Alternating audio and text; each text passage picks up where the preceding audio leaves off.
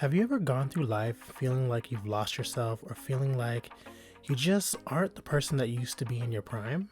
That's going to be the theme of today's video. Welcome back everyone to my channel. Today's video I'll be talking about Juste Belmont in the Castlevania Netflix series, Castlevania Nocturne. So if you like content like this, sit back, relax, and let's dive in. So as many of you are aware, Juste Belmont is no new face. He is, to my knowledge, actually a very popular Belmont. He is actually the first Belmont to utilize his magical abilities in the Belmont clan, and he's actually hailed as one of the most strongest magical users in the Belmont clan's history. Don't quote me, I could be wrong, I didn't play the games, but I did do some research prior to this video. That being said, his introduction to this series was pretty iconic, and I, for one, wasn't sure it was him until he actually said it was him. That being said, introduction aside, we are introduced to Juste as Richter's grandfather, and I don't know about y'all, but I had a lot of questions like, wait a minute, Richter has a grandfather? Where was he at this entire time? Your grandson has been grieving the loss of his mother for years on his own. We also find out that him and Tara also had like an agreement and some type of like arrangement where Juste would check in on Richter from afar. You know, just again, he might have had his reasons, but I don't know how effective that really was as far as making sure that Richter's mental health was taken care of. And this is not a Juste Belmont bashing session. It's just, you know, the adult in me just has questions. Juste decisions aside though, I gotta say, that scene in the bar where he kills that vampire, if any of you guys have watched Bleach, the anime, he definitely exudes that trope where if you're an old man in the industry that dies young, you are by far probably the strongest person in the room. And it seems to be pretty obvious that most Belmonts do die young, so the fact that, you know, Juste is probably in his late 60s, he lives up to his reputation. He exuded so much aura and, again, another Bleach reference, spiritual pressure. Even the way that they animated like him walking past Richter was just so cool. And you can automatically see the difference between how he uses his whip and how Richter does. I feel like with Juste it's a bit more, there's an elegance about it. It's more calculated. There's like a flow, almost like water. I don't know how best to articulate it, but that's what I'm reminded of when he was moving his whip around and using it as a weapon. It wasn't as like hard as how maybe Trevor would use his whip too. So I thought that was a cool kind of like observation that all the Belmonts use the whip based off of like maybe their personalities or own styles. Now in the beginning of this video, I mentioned, you know, walking through life like you're missing something or you're not the person that you used to be, and essentially you feel like you fell off, right? With Juste, we find out that he has suffered a lot of loss throughout his lifetime, and I believe it's almost hinted that Belmont's magical powers are tied to their mental state. So if you are either grieving or just unable to really overcome those barriers and obstacles, it's almost as if your magical powers are like shut off to you. And it could also be a situation where maybe the magical powers don't manifest unless you need them again. So with Juste, you have this person who is hailed as probably one of the most powerful, you know, magical users in the verse. Plus he's being a Belmont and he's been retired for decades. You know, he sat back and let Julia kind of take over the mantle, and he wanted no parts of it.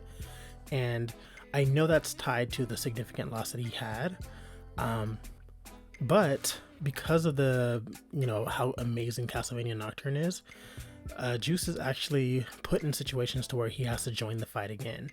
And I personally did not think that we were going to get treated to, you know, too much screen time with him, nor did I think that we were going to get any fight scenes with him. And in season 2 of Nocturne, we actually see a bit more of his personality and just kind of what, like his moral compass.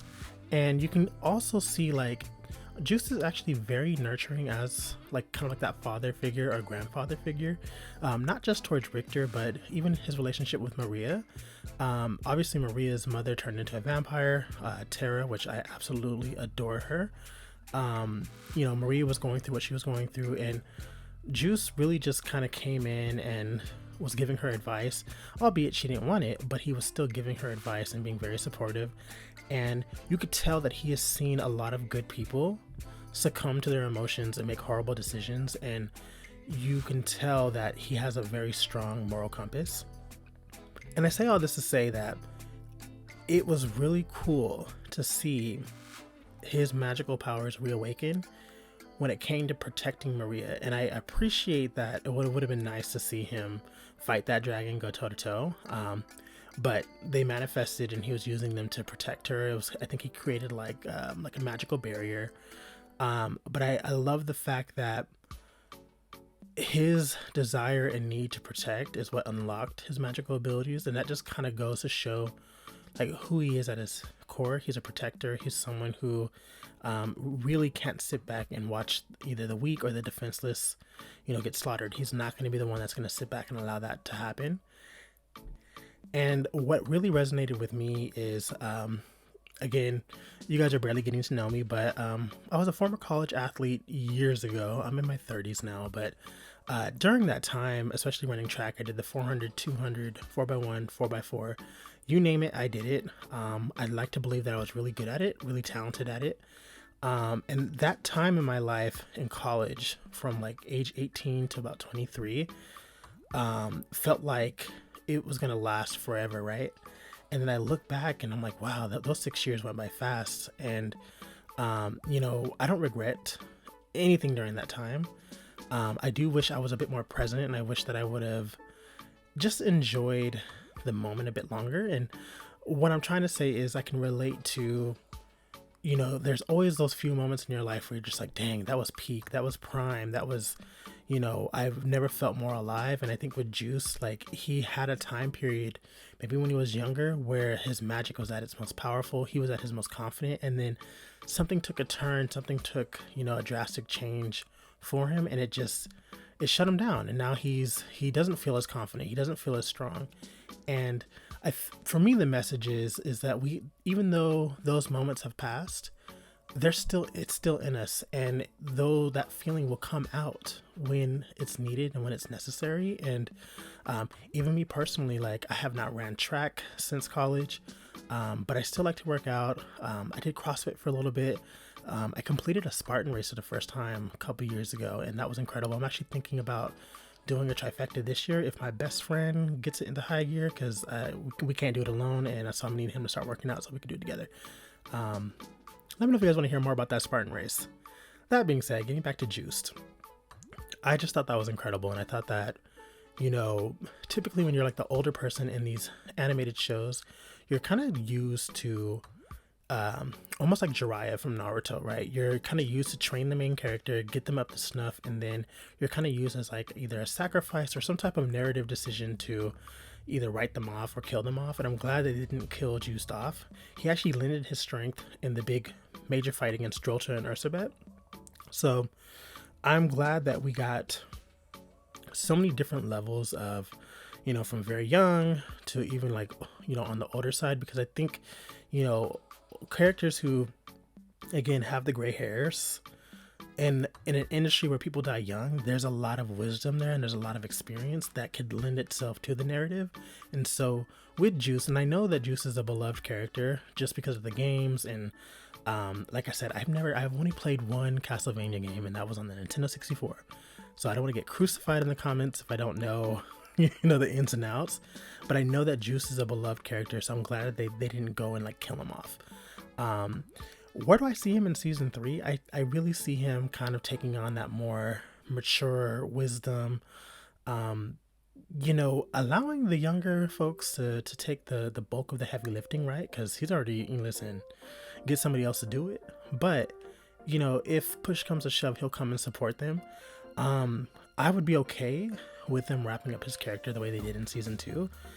Let that man live out his retirement years in peace. I can't imagine fighting vampires in my 60s and moving the way that he's moving. Can we talk about his mobility and dexterity?